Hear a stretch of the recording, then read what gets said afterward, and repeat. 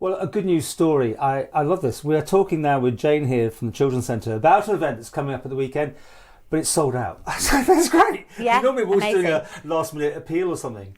Race the Sun's been going how many years now? 12 years now. And take us through by the title, but just explain what it is. So Race the Sun is a relay race which takes our teams of 10, so it's 10 people, around the coastal footpath, the Raad and Foillan. So teams will run over 100 miles around the circumference of the island to race the sun. So it starts at sunrise in the morning, so that one Saturday will be 5:01.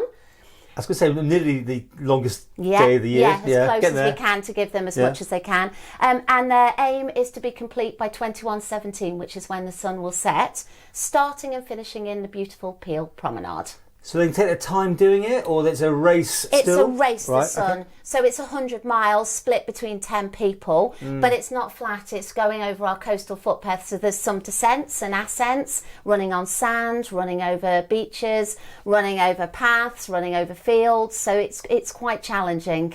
Which makes it all more interesting for people to take part in. Absolutely, yeah. So we didn't do it last year. We had to cancel because of COVID last year, and because we need that length of time, we couldn't go ahead. But we're delighted this year.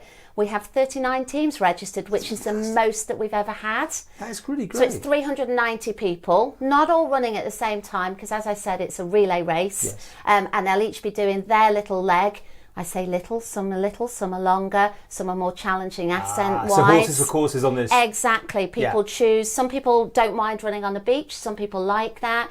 If you take when you come to Cronkney Lay and running up and the descents up and down Fleshick, that's definitely not for the faint-hearted. Can people come out and support? Absolutely. We'll start at 5 a.m. The teams will all split up, but we will be going through the main places. So we'll be in Peel, we'll be in Douglas, we'll be in Laxey. We'll be up at the Point of Ayr if anybody's there. And we'll finish around about, teams will finish any time from 4:30 through till 9:30 in Peel Promenade. And there's an actual cut-off, is there? Yeah. That's it?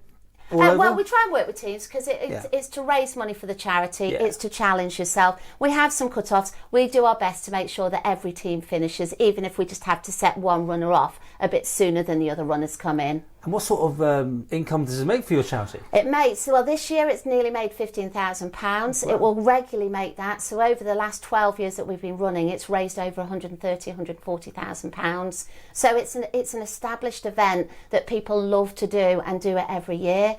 And in that way, we have a number of teams. We have local businesses like PDMS and Manx Telecom. We have Laxey team. We have the Laxey Village. They normally put in a team. They're called Laxey Central. They put in 2. We've got Valkyries Hockey Club. And we've even got the Government Cabinet Office this year with their COVID response team taking part. Next, you'll be telling you got the Chief Minister or something. No, not Not quite. quite there. I believe he's busy that day. He only zooms in anyway, don't worry. This picture, hold this up. Okay. Well, tell me about this picture. So this picture is two wild supporters that have supported for a number of years, and they're actually coming into Peel, so we're just outside the Marine. So by the Marine, who do our presentation, our food for us as well, we actually have our runners coming in, and this was from a couple of years ago, of 2 of the runners that came in. I asked for pictures. She brought me literally a picture off the wall, I think. Does any part of this take Douglas Promenade into account, by the way? It does, and I'd like to say thank you to Douglas Promenade and Mary Doyle in particular. Yeah, my prom. My prom. It does come along the promenade. A lot of it is coastal footpath, which we've recce'd, but the promenade we're having to sort of play. But we can do it. There's a slight deviation coming along Walpole Avenue. There's always a slight deviation on the promenade. But those guys found us a deviation, drew us the map up and helped us go out and give that deviation to be able to do it. A bit of applause on that for that.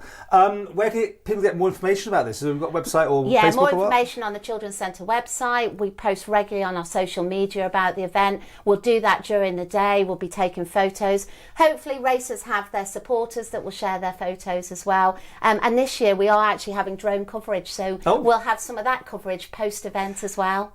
And if you want to enter next year, get on with it early by the sounds of it, if you're that popular. Yeah, definitely get. 39 is the most we've had. We have a cut-off, so we can get these lovely T-shirts from Manx Promenade T-shirts. So we do have a cut-off, etc. But 39, if we can do that again next year or even break that again next year, excellent.